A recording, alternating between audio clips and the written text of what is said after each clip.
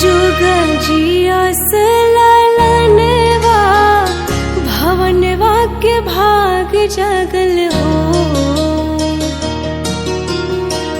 जुग जुग जिया सलालनवा भवनवा के भाग जगल हो। ललना लाल हुई है फुलवा के दीपक मनवा में आस लगल हो।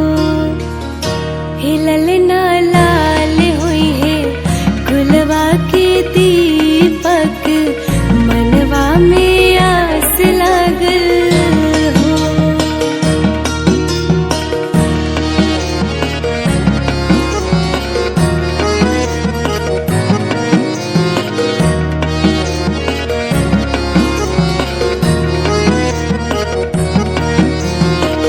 नकिया हवी जैसे बाबूजी के आखिया हमाई के हो। नकिया हवी जैसे बाबूजी के आखिया हमाई के हो। ललना मुहवा जनवा